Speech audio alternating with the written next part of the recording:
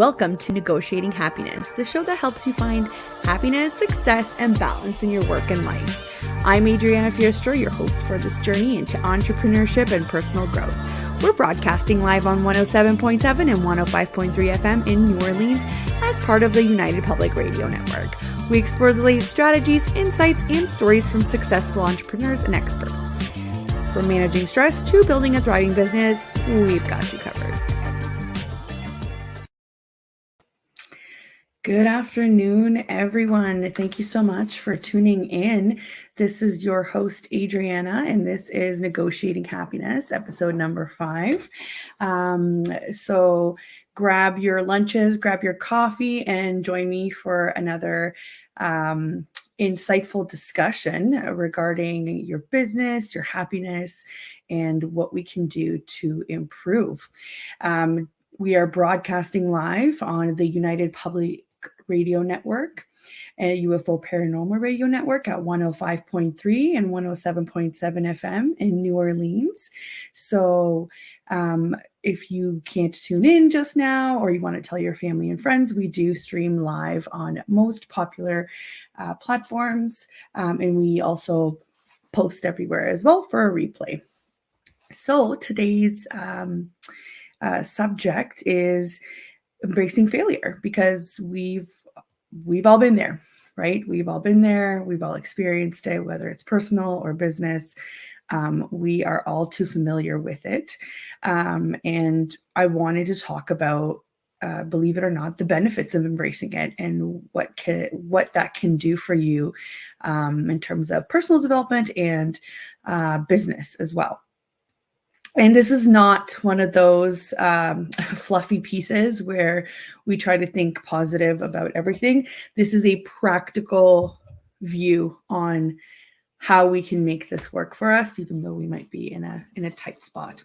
So we'll focus on small businesses, since this is my realm, my domain, and we'll look at stats from both Canada and the US, and how you can bounce back from such situations. We can look at what the studies say in terms of what failure does to oneself, and we'll even dive into a little bit of spiritual teachings. I'm a fan of kind of having a rounded view or opinion of a particular subject. And so please feel free. This is just a reminder that our comments are live, and I'll be happy to engage with you guys. So please post in your questions, your stories, or your experiences, and I'll be happy to engage and maybe answer some questions, or, broadcast your opinion. Another thing that we'll be looking at is not only how to embrace the failure and how to come out on the other side of it, but also, how to fix things in business, and maybe how to fix things on the personal development side, and some techniques to do that. Okay. So just a quick reminder, you can find me on ontarioassistant.com if you have a business, or if you have some questions, or if you just want to connect and have a virtual coffee. I am happy to do so. I'm happy to meet new people, new faces, new businesses. You can also follow us on Instagram at assistant.ontario and on Facebook at Ontario Assistant.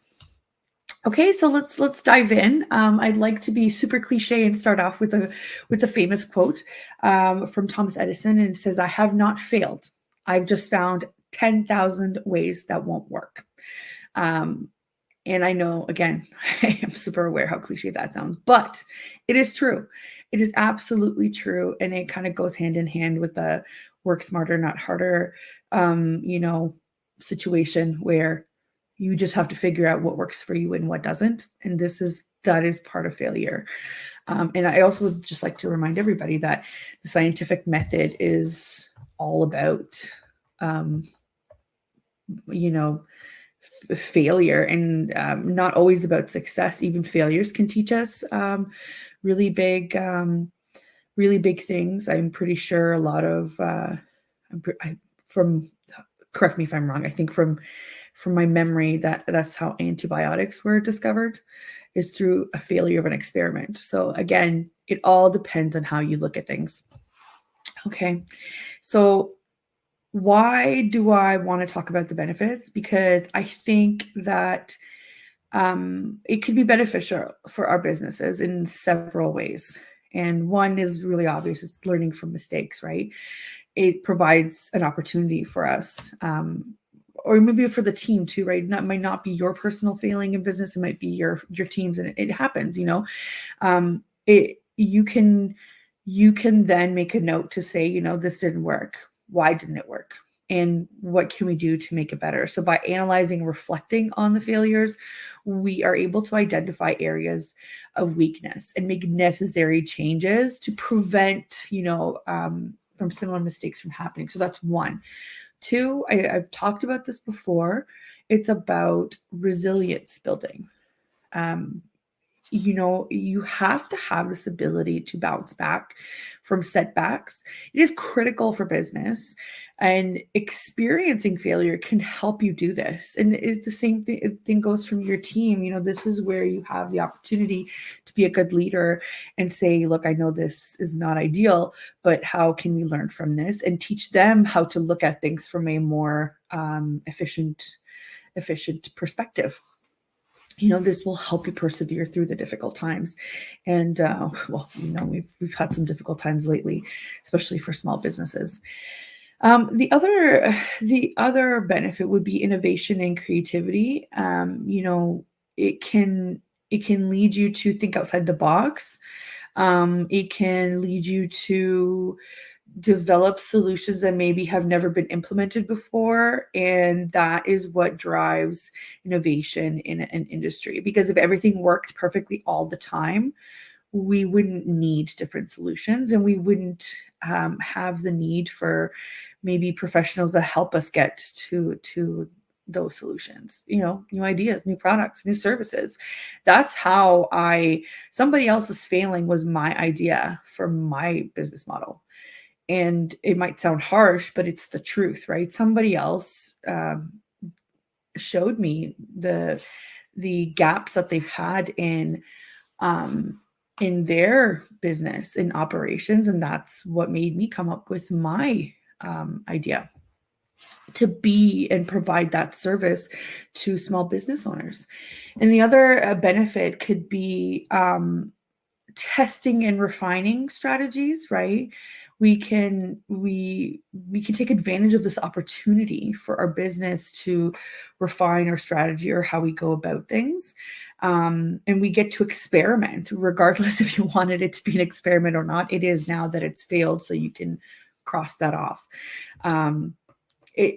Ultimately, it leads to more effective and efficient processes for the future.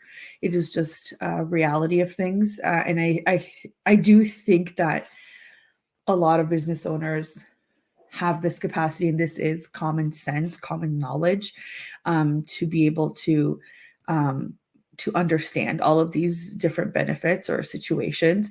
But I think when you're in it, a lot of us have this mental block of, oh no, what do I do? This is the worst. How do we go about it?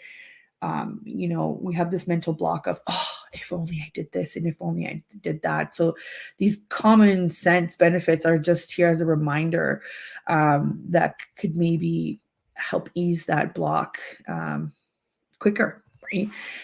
So let's start off with some stats, because I love my stats. Of small businesses in Canada. And I'm sure you've heard me talk about this before, but we're just going to do a quick little refresher. There are over 1.2 million small businesses in Canada, which account for 97.9% of all businesses in the country. 97.9%. This is from the government of Canada. Okay. This is wild to me. This is absolutely wild. But I mean, I believe it, but I don't think people realize how important small businesses are to our economy, to our communities, to our, because this isn't meant to come off as criticism, but there have been a lot of decisions that go against small businesses, and it's it's wild to me how these decisions can be made so lightly, right? So I just want to put it out there. Just think about it. 97.9%. That's a lot of people. It's a lot of lives that are being impacted, right?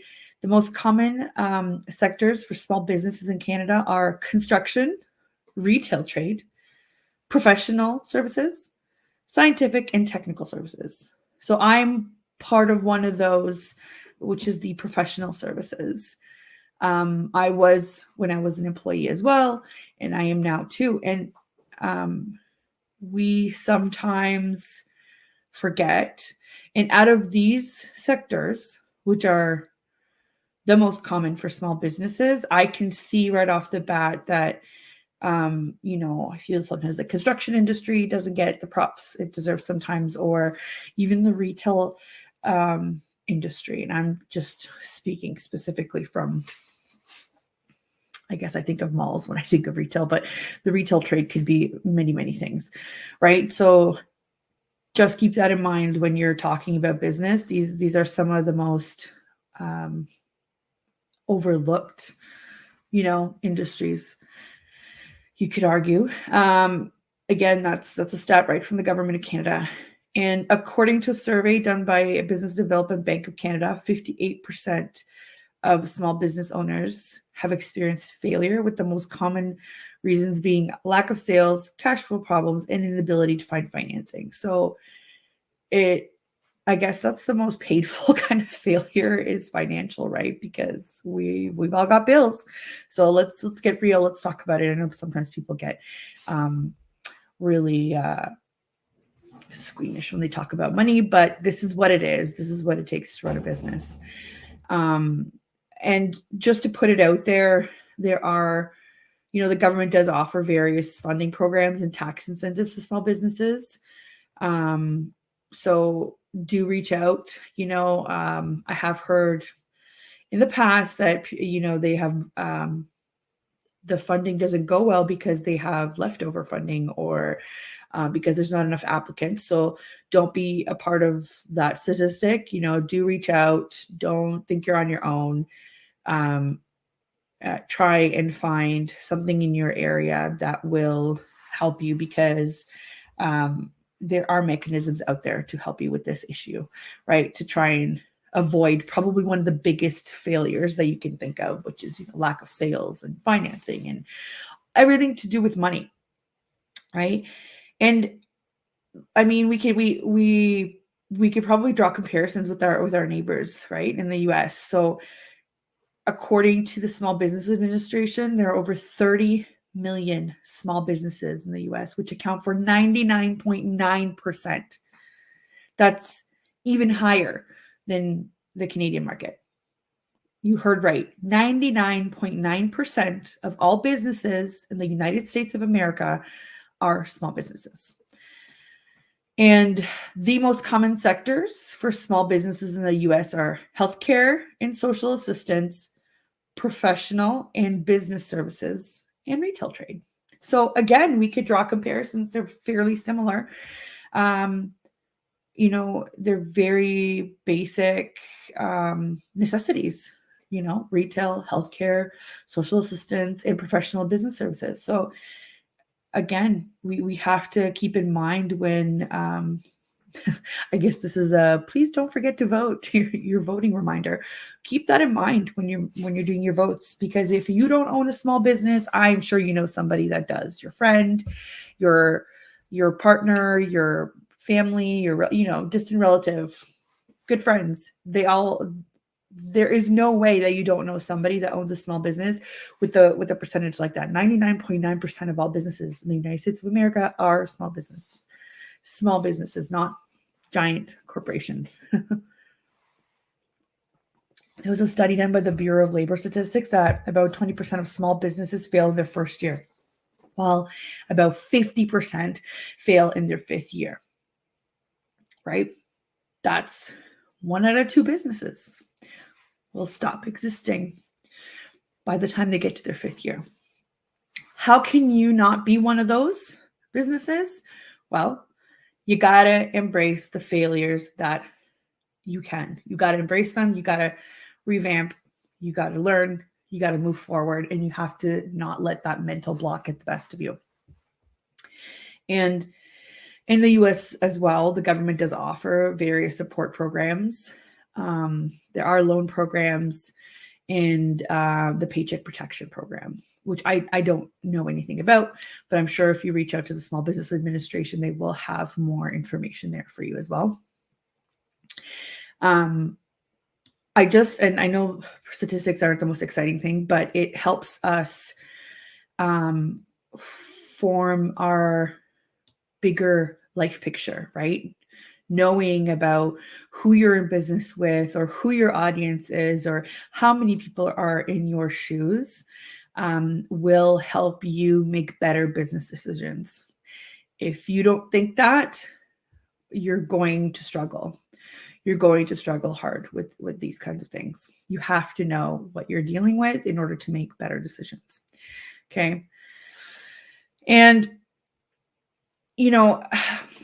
I do think that some of the statistics on what businesses experience failure are probably inaccurate, because you can look it up, on other sources, and they have different statistics, because I fully believe that we all experience failure constantly. I don't think it's I'm on the path to success, therefore I don't experience it. I don't think that's the case. Even though, your business might be successful overall, there are failures.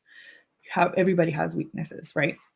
And I'll give you an example. The National Federation of Independent Business had a statistic that said that when they did their survey, 70% of small businesses have experienced failure at some point in their careers, right? That's a more overarching statistic.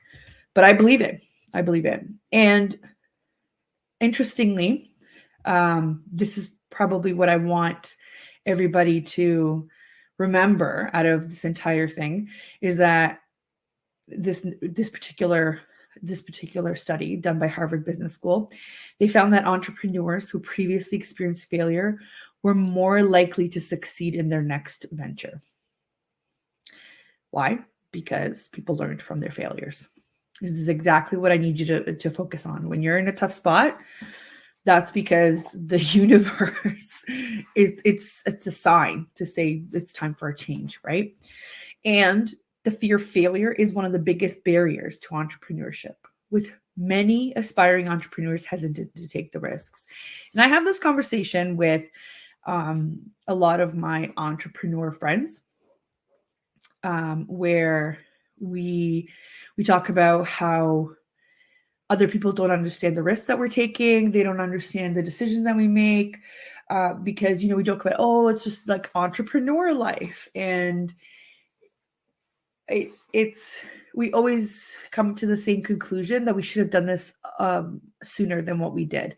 But it's exactly that, the fear of failure, that kept us back. And it's exactly that, the fear of failure, that keeps a lot of our friends and family back from opening their own business and running, or maybe chasing after a dream that they have. So it is imperative that everybody understands how to deal with this fear that they may have. Again, I'm not talking about anything groundbreaking here. This is all common sense.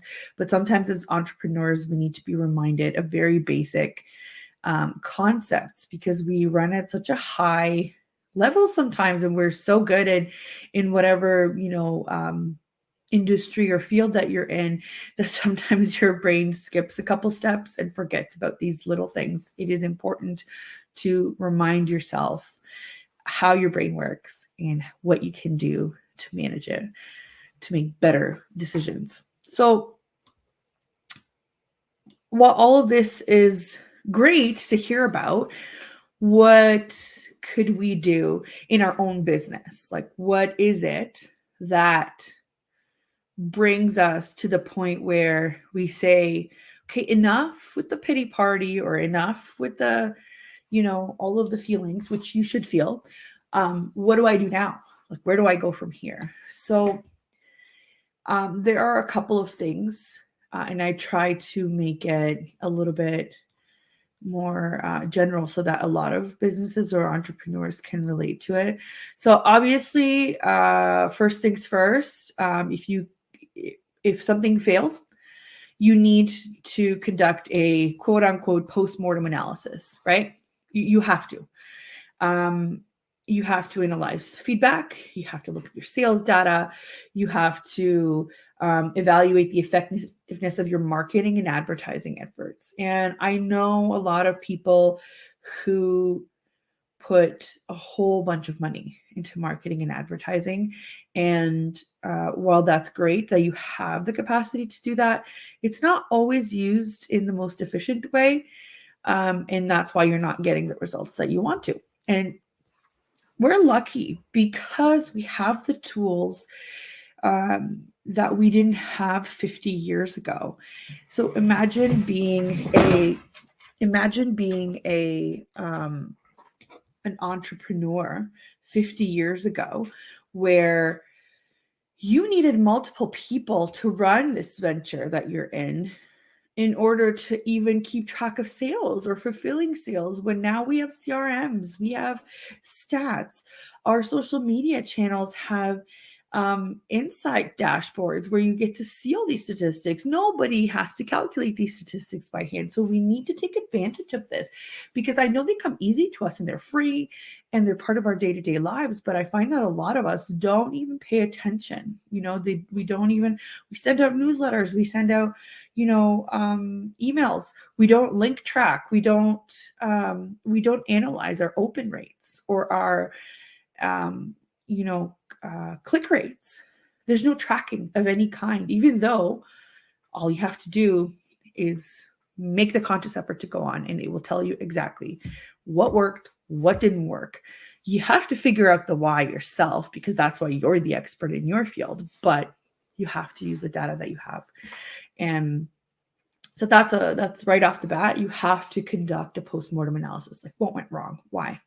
Use the tools that you have.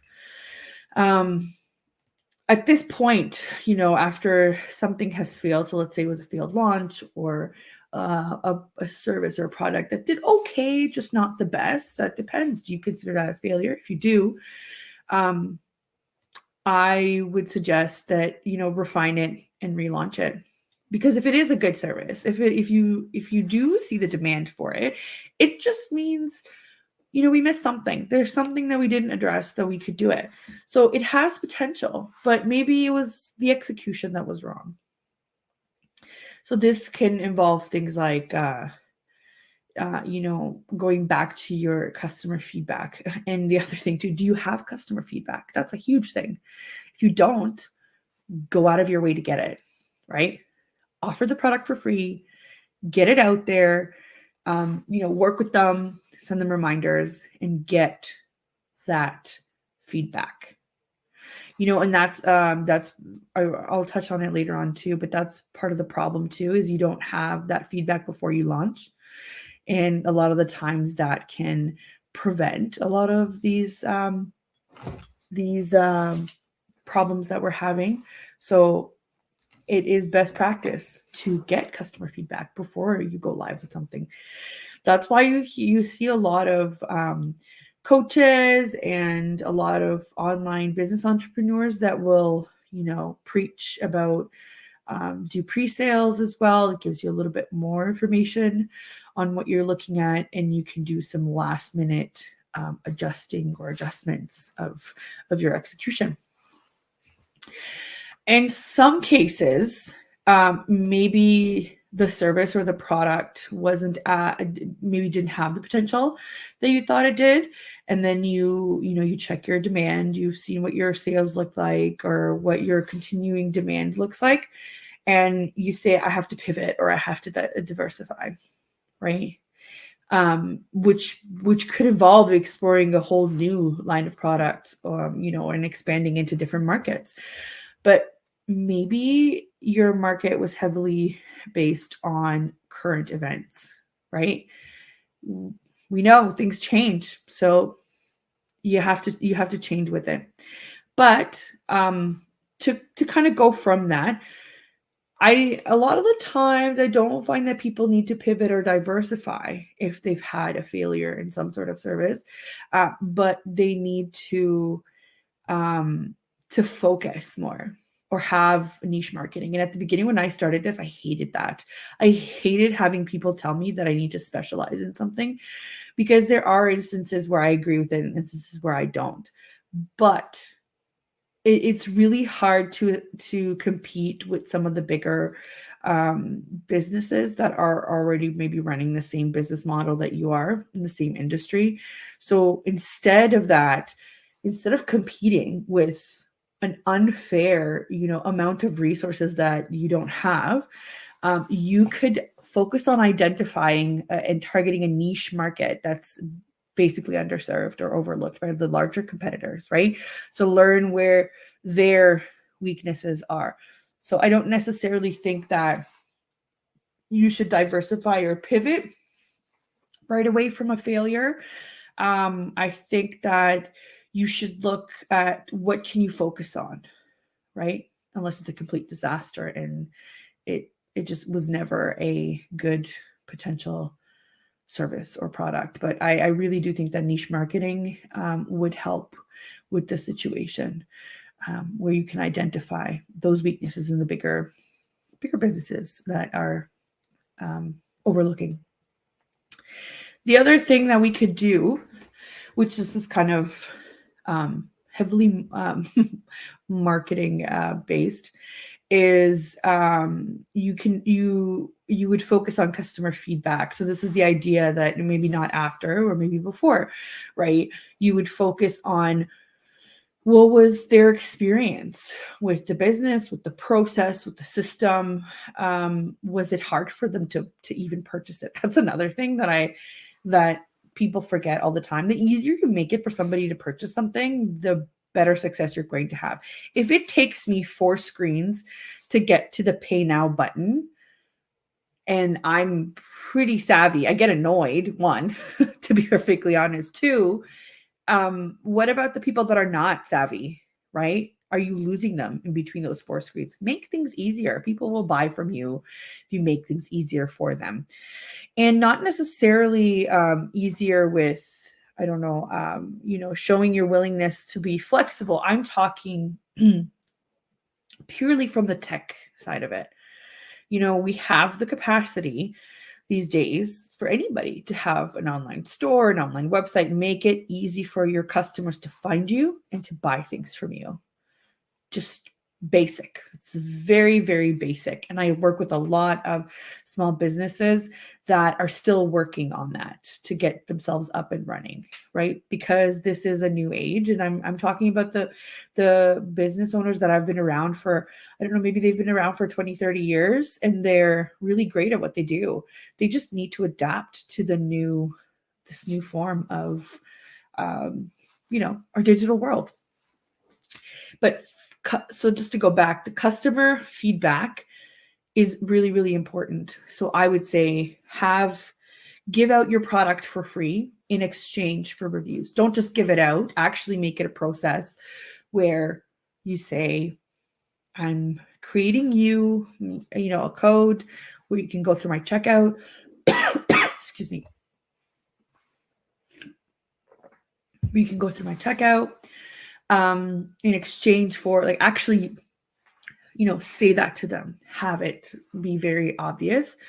This is an exchange for product, for a review that I can analyze and use for future, and the other thing that kind of plays right into it, another marketing strategy would be leveraging your social media, because they're a powerful tool. Nobody can deny that.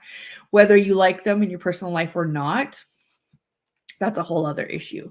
But for your business, they are a powerful tool that you need to learn how to use. And again, they're also always changing. So while you have been successful for the past 5 years, the algorithm has changed once again, and you have to learn how to do it again, because now your stats are awful, let's say. It's just an example. You have to learn how to use it. And you can, you can learn how to post better. You can post engaging content rather than just content that is, mimicking viral content, or you have to find what works for you. So I'm not talking about getting your social media to resemble that of an influencer social media. That's not what works for everybody.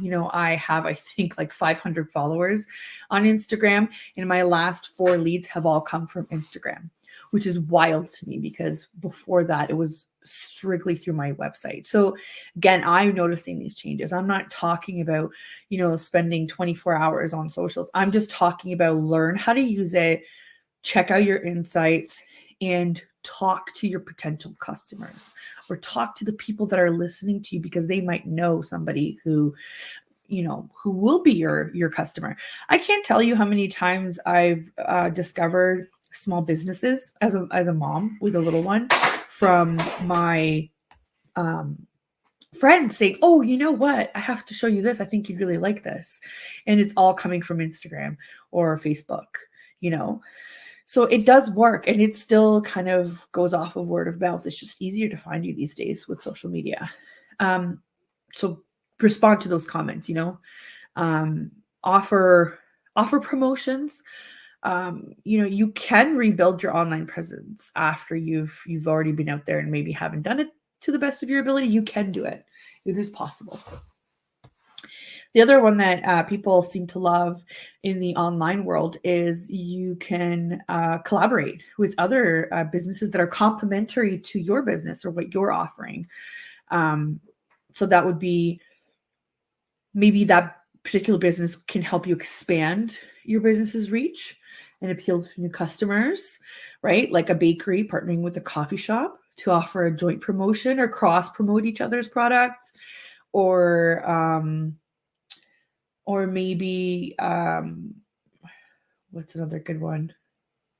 Like photographers with makeup artists, or mortgage agents with real estate agents, or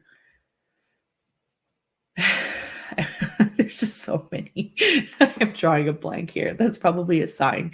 Yes, it is a sign that I need to be doing a station intro. So we're halfway through our show today.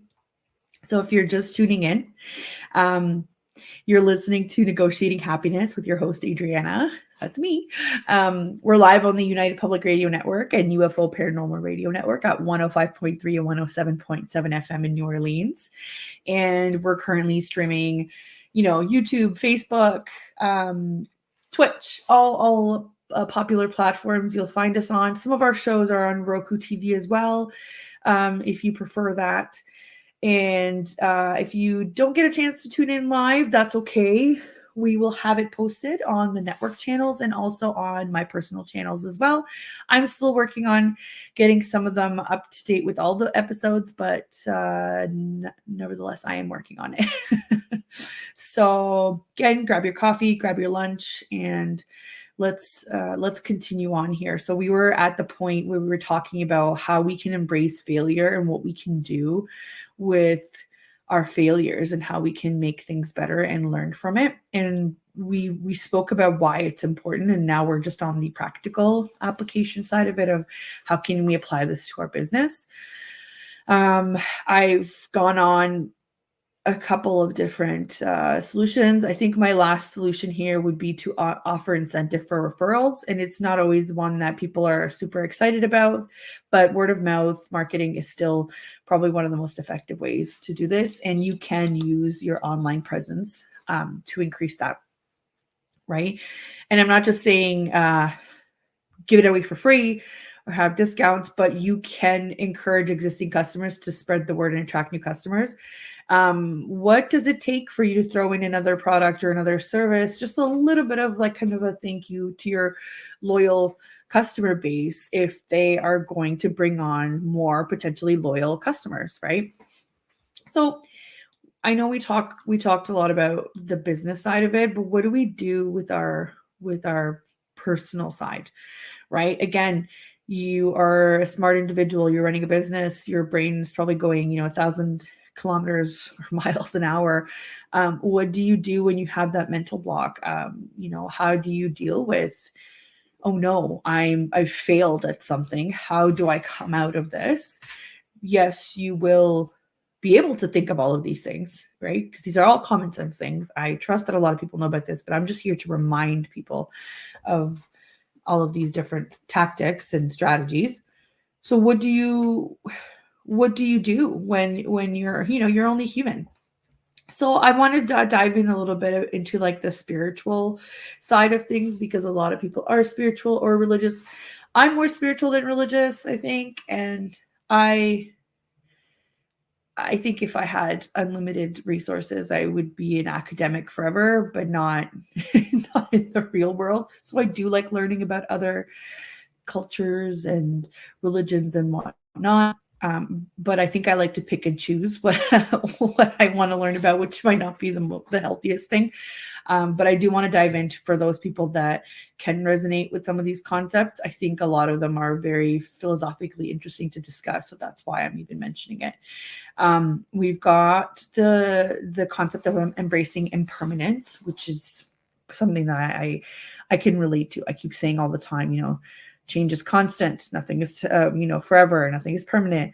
And this is what that is. It's embracing permanence. It's a core teaching in Buddhism, and it's the concept of impermanence, which emphasizes the constant change and transience of all things. And this obviously includes failure.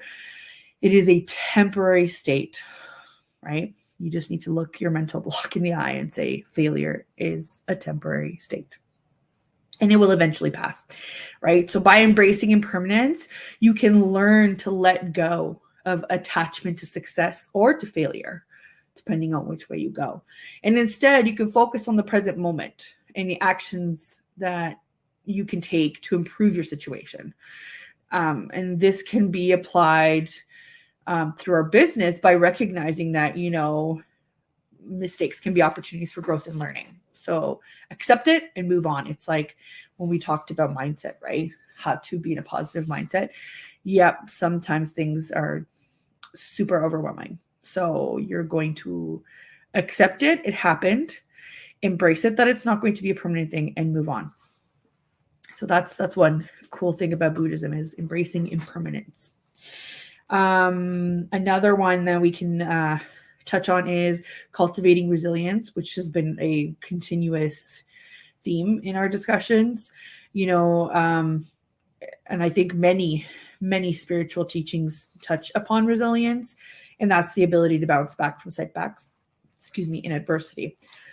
I had to look this up because I wasn't quite 100% sure what it is. So I'm learning with you guys.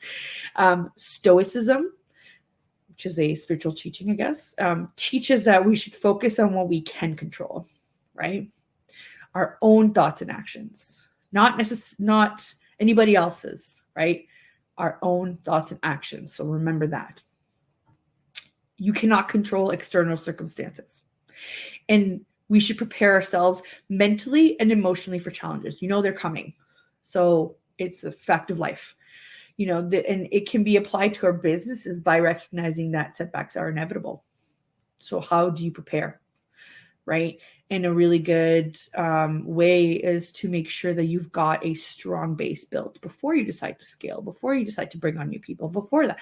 So that means, are your operations foolproof? Do you have systems in place? Do you have standard operating procedures? Is everybody getting the same level of customer service from you?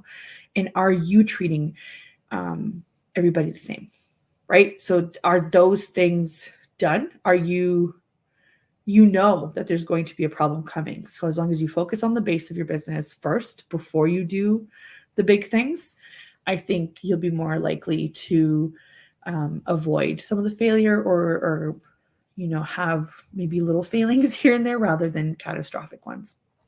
So yeah, apparently Stoicism teaches that. So I had to actually look up what this is because again, I'm learning. It's a philosophical school of thought, and it originated in ancient Greece, and it was later developed and popularized by Roman philosophers such as Seneca or Marcus Aurelius or Epictetus. I don't think I'm saying that right. Epictetus. There we go. And the Stoics believed in living in accordance with reason and virtue, and viewed external circumstances as largely outside of our control, right?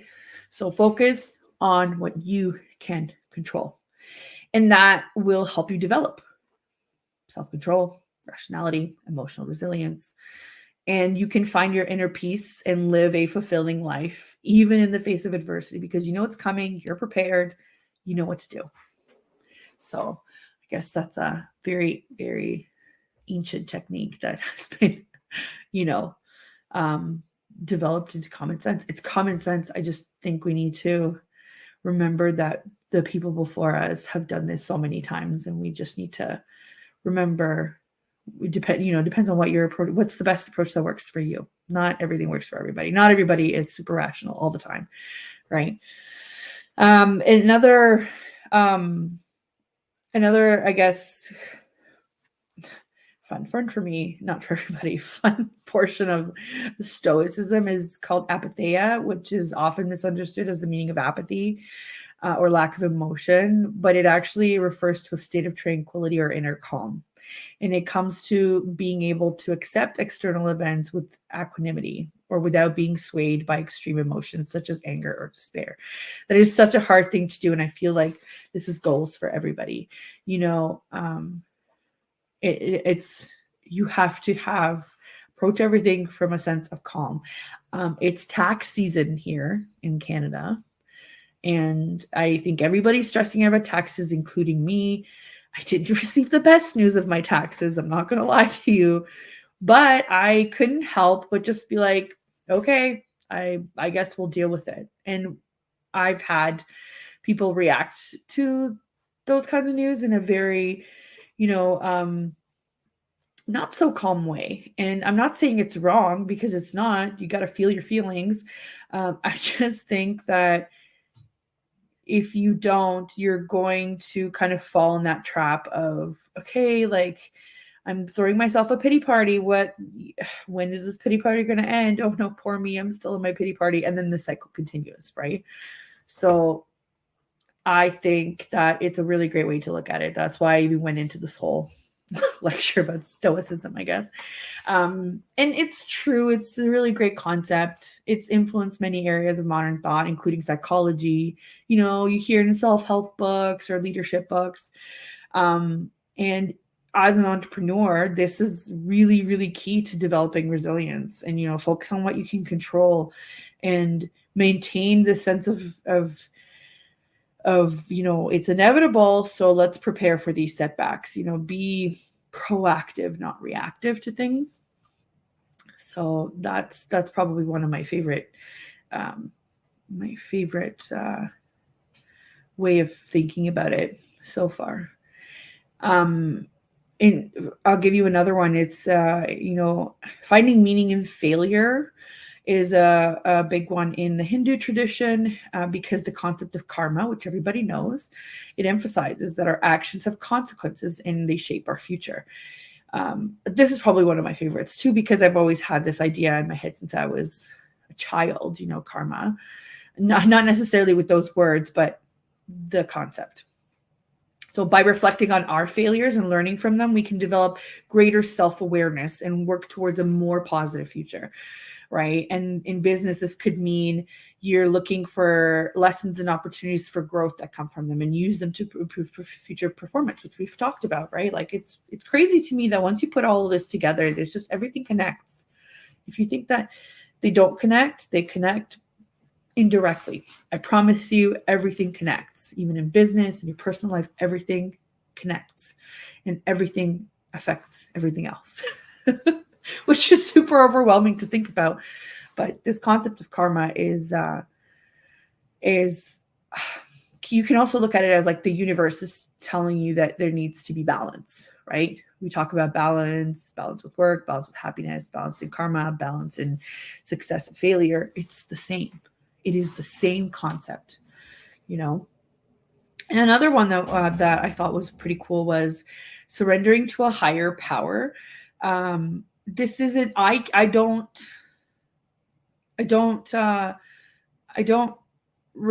relate to it, but I don't relate fully to it. I feel like this is more of a religious teaching, but if you look at it from the spiritual side, you can see it as well. So, surrendering to a higher power, does that for you, does that mean God? or does that mean the universe? I always joke about, oh my gosh, don't put that out there in the universe.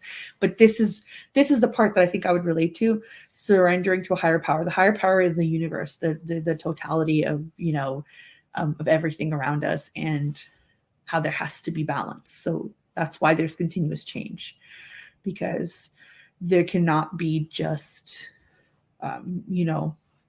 just good or just bad. And by you letting go and just understanding that, it's not going to be forever, or I will get some good with the bad or some bad with the good, you can find inner peace and acceptance that, yes, failure is a part of life. So that's why I might as well just look at it from the point of, what can I learn from it to make it better, right? Because you can't control everything. And it's funny how all of these different spiritual concepts, you can literally relate one to the other, even though we've just talked about everywhere from Buddhism to Hinduism to Stoicism to religion and the universe in general, right? And you can link it back to your business, which is very rational and physically present concept. So here we go again, everything is connected. All of this has been, all of our ancestors, generations before us, have gone through all this too. The only difference is we're still learning now because we have different tools available to us. So that's why I'm here, to try and push some of those tools out, to be like, make your life easier. But here also listen to these concepts that have been around for longer than I can think of, So let's see here. We're nearing the end here. So if I have one last thought, is about how do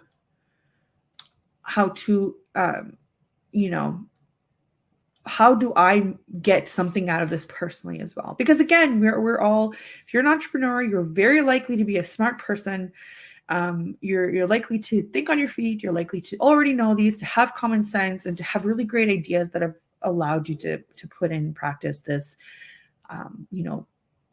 business model, or this business that you're trying to create, or maybe you're on the verge of creating something. So have faith in that. Have faith that the information is already there. This is not groundbreaking information I'm giving you. I'm just pulling it out for you to be able to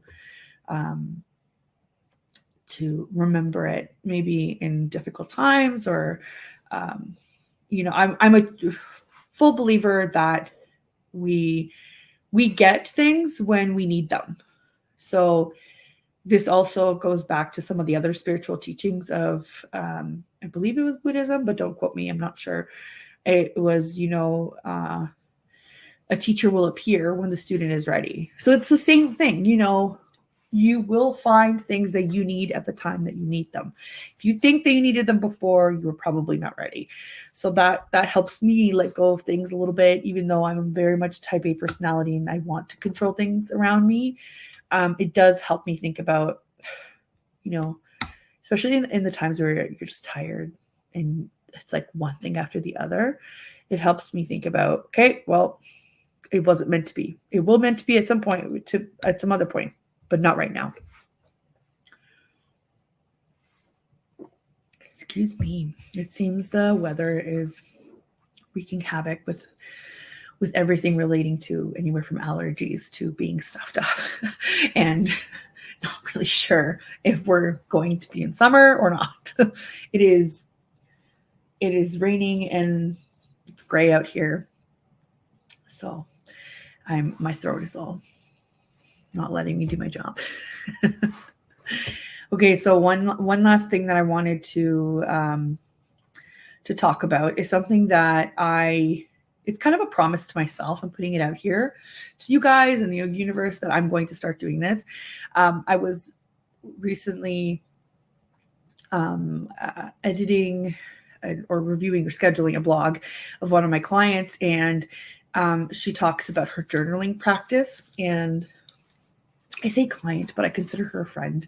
And I'm really excited because I'm going to bring her on the show for you guys. She is probably one of the smartest people that I've ever met, and she has a very successful business. And she's at home with a baby. So yes, you can do it all. And she is another example of what the human potential is. But anyway, to pull it back, so she talked about her journaling practices. And if you want to learn lots about the online business world and how to do it and how disciplined she is with and what tools she uses, you can go on itsjillwise.com and go click on her blog. She's got some really awesome blogs in there.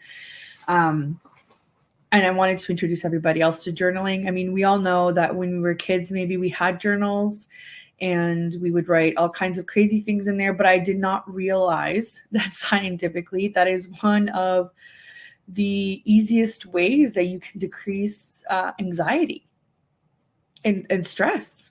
And I'm learning this as a 30-something-year-old instead of when I was a kid. I had a couple journals, but it was never, after a certain age, it didn't seem like it was very beneficial to me. And I was very, very wrong. So that's why I wanted to talk about this. This is probably the best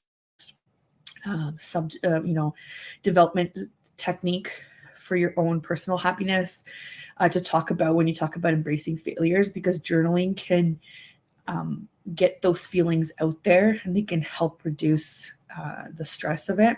So what is journaling? It's a technique that involves regularly writing down your thoughts, your feelings, your experiences in a journal or notebook.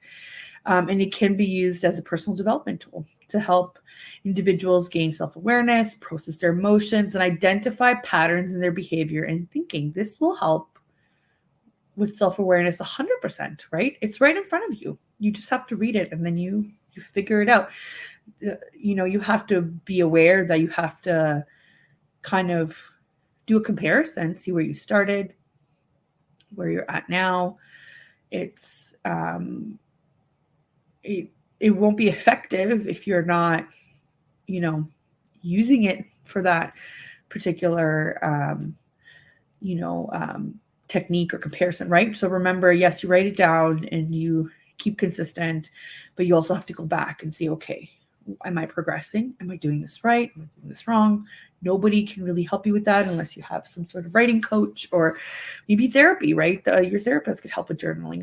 I think that's one of the methods where that gets recommended regularly in therapy. You can gain some really valuable insight into your own beliefs, your values, your goals, and you can explore your emotions in a safe and private space. So it's really, really beneficial. And if you think that you don't need to gain insight into your own thoughts, you're wrong, because the brain is so complicated, right?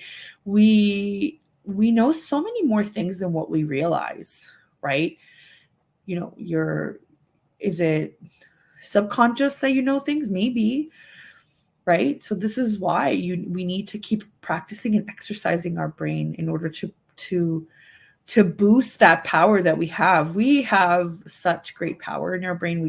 I don't think as a human species, we know how to use it.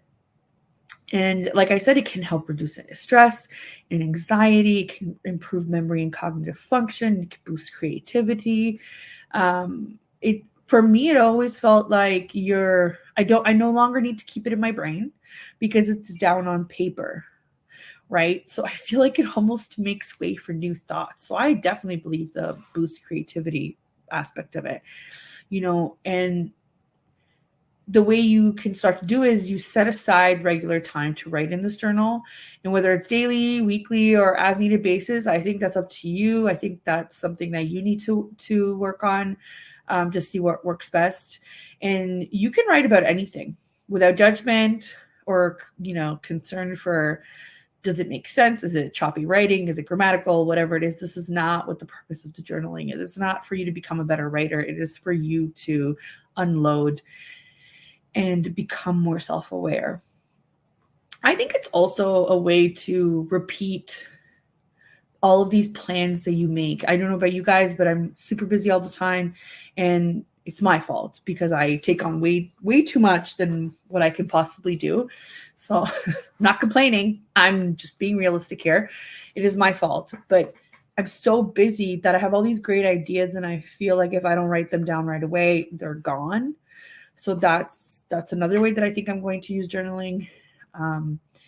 And it's a way for me to unload and have a moment to think about what I've just done or what I'm going to do before either blurting it out or doing it or not thinking about it and just doing it in a rush, right? And it's also to cement a practice or habit. I think that could be very helpful. So usually you start with prompts, and that's what Jill was talking about in her upcoming blog, was about having these prompts that can help you narrow down, finding the solution to your problem or whatever it is. So you can have really general ones like, what am I grateful for today? And what challenges did I face today? How did I overcome them? What are my goals for next month, year, 5 years? But it can also track your progress with your professional goals, or maybe it's weight loss, or maybe it's career development, or maybe it's to do with your relationship. Maybe you just want to become better communicator with your partner. I feel like this is one great thing to practice. And in the context of business development, I think, again, it can be very effective at reflecting on your own experience or brainstorming new ideas or tracking progress towards your goals. So if you are experiencing failure and you want to make sure you avoid it, you can come up with the prompt that will allow you to not forget this particular lesson that you're learning, or how to avoid it in the future, or how you're going to fix it, because maybe the solution is not as simple as it is. Maybe it's a 100-step solution. So journaling can definitely be helpful. I have a few prompts here that I don't know if anybody would find them helpful, but I'm going to share a couple with you. And remember, the topic's failure. So keep that in mind. So one of them that I like was, what did I do well? So while this could be a negative experience, what did I do well? And what could I have done differently? Not better, just different. Is there another way to get to this same outcome or a different outcome, right? Another one that I like is, how can I reframe my thinking about failure? This is a very obvious one, right? How can I make sure that next time I don't get hit as hard with the shock of failure? Another prompt for journaling that you could use would be, what are my values and goals, and how do they relate to this particular experience of failure? So are you on the right path? Or is this something that had to happen in order for you to stick to your values? Then maybe it's not, maybe it's not per se failure. It's the fact that maybe you didn't sell yourself out by doing something you'd be super uncomfortable with. You just didn't have the results that you would have had if you did something that was wrong, maybe, right? It's all about reframing that mindset. Or, what strategies can I use to overcome feelings of self-doubt and regain confidence in myself and my abilities, right? If you are not your biggest cheerleader, who is? Nobody knows you like you do, right? Maybe your partner is, maybe your mom is, your dad, your sister, or your brother. Maybe they're your biggest cheerleaders per se, but you are the one that can control how you feel about this. You cannot control how your family feels about this, or how your friends feel about this. You can control how you feel about this. So what strategies can I use to overcome the feeling of failure? I think that's a really good one. So we're at the end of our show here. I just wanted to recap is, when you fail, so if you're just going to remember one thing, just one thing. When you fail, it is the universe's way of saying it's time to change, to keep balance in this ecosystem. Okay? Use that. It's time for a change. Okay? So huge shout out to everybody that supports me and that has gone along with my failures. And thank you. If you have any questions, you can reach me through ontarioassistant.com or on Instagram at assistant.ontario. And thank you all for tuning into the show again today. And thank you to everyone that has expressed interest in coming on the show. Next week, we're going to have Jill come on, and she is a successful business owner, a mom, and a friend.